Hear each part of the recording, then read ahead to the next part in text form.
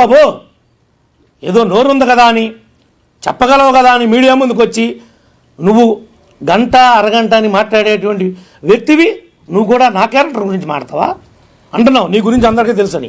నా గురించి నిజంగా తెలుసు. నేను ప్రజల కోసం పాటుపడతానని, కష్టపడతానని, ఆవేశపడతానని, తొందరపాటు ఉందని అని ఈ రాష్ట్ర ప్రజలందరికీ తెలుసు. నువ్వు చెప్పేదేంటి? నా గురించి నాకు తెలుసు, రాష్ట్ర ప్రజానీకానికి తెలుసు, మా పార్టీ వాళ్ళకు తెలుసు, మా కూటమి నాయకులకు తెలుసు. నువ్వు నాకేంటి సర్టిఫికేట్ ఇచ్చేది? నీ గురించి ఉన్న సర్టిఫికేట్ గురించి చెప్పవే. అసలు నువ్వు గంట అరగంట గురించి ఇప్పుడు చెప్పావా? ఎందుకు మాట్లాడాల్సి వచ్చిందో? ఎందుకు ఆ విషయం మీద నువ్వు వివరణ ఇవ్వలేకపోయావు? కారణం ఏంటి? నీ మాటలు కావా అవి? నువ్వు మాట్లాడి కావా? ఏ సుఖాన్ని నువ్వు దొరకలేదా నీకు మాట్లాడడానికి? మా గురించే మాట్లాడుతున్నావు. డీజీపీ గారు మీరు ఇవ్వకపోతే అంటు చేల్తానంటున్నావు. ఆ రోజు నువ్వు ఎందుకు తెలుగుదేశం వాళ్ళు వస్తే రిప్రజెంటేషన్ తీసుకొని ఆపావు? నువ్వు నేర్పిన సంస్కృతే కదా ఇది. నేను చెప్పేది ఏంటంటే మీడియా ద్వారా ఈరోజు నువ్వు వంశీ కావచ్చు, రేపటి రోజు వంతు నానికి రావచ్చు, లేదంటే ఇంకొక ఎల్లయ్యకి రావచ్చు, పుల్లయ్యకి రావచ్చు.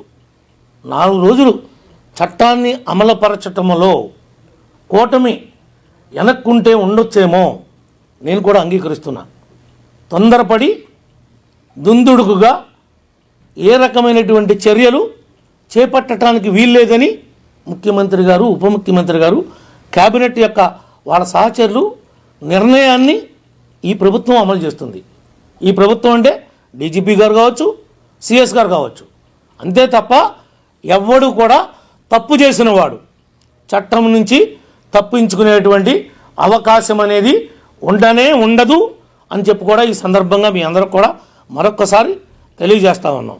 ఈ విషయాలన్నింటినీ కూడా దెందులూరు నియోజకవర్గంలో కావచ్చు, గన్నవరం కావచ్చు, గుడివాడ కావచ్చు, లేదంటే బందర్ కావచ్చు, చాలామంది ఫీల్ అవుతున్నారు. పేరు నారినేంటి ఆ విధంగా వదిలిపెట్టారు, అంత కుంభకోణం చేస్తే ఈ ప్రభుత్వం ఏం చేస్తుంది అని అడుగుతున్నారు. చాలామంది జన సైనికులు, తెలుగుదేశం వారు కూడా ఫీల్ అవుతున్నారు. వీళ్ళు చేసినటువంటి ద్రోహాలు, వీళ్ళు చేసినటువంటి దోపిడీలు కాకినాడ దగ్గర నుండి ఒక్కొక్కరితో చరిత్ర ఉంది. మనిషిని చంపి మీరు డోర్ డెలివరీ ఇస్తేనే దిక్కు దివాణం లేదు. ఇది ఈ ప్రభుత్వం అన్నా మీరు మాట్లాడేది? ఈ గవర్నమెంట్నా మీరు ఏదైతే చూపేదని అడుగుతున్నాం. మీ తప్పు లేకుండా ఈనాటికి నా నియోజకవర్గంలో ఒక్క కేసు అంటే ఒక్క కేసు అక్రమంగా పెట్టల, ఒక్కడిని జైలుకి పంపలా వైఎస్ఆర్ పార్టీ నాయకులను కానీ కార్యకర్తలు కానీ. అది కారణం ఈ కూటమి యొక్క క్రమశిక్షణ, ఈ కూటమి యొక్క నిర్ణయం. ఈ రోజున అబ్బాయి చౌదరి మీద కేసు ఎందుకు కట్టాల్సి వచ్చింది? నువ్వు నీ మనుషులు పేటరేగిపోయారు. నాతో గొడవపడి నన్ను ఒక నేరస్తుడిగా, ఒక క్రిమినల్గా చిత్రీకరించడం కోసం మీరు ఒక స్కెచ్ చేశారు. ఆ స్కెచ్లో మీరే పడ్డారు. నన్ను ఇరికిద్దామని చూశారు, మీరు ఇరుక్కున్నారు. మీరు 25 మందితో వచ్చారు, నేను 3గురితో వచ్చా. నా గన్మెన్, నా డ్రైవర్, నా 2 డ్రైవర్లు, ఒక వాటర్ బాటిల్ ఇచ్చేవాడు, ఒక ఫోటోలు తీసేవాడు. ఇంత మట్టుకే నా 2 కార్లలో ఉంది. మిగిలిన వాళ్ళందరూ ఫంక్షన్ల వల్ల ఎటువంటి స్కాటర్డ్కి విడిపోయాం. నువ్వు వచ్చింది 25 మందితో వచ్చావు. 25 మందితో వచ్చావు గొడవ పెట్టుకోవడానికి.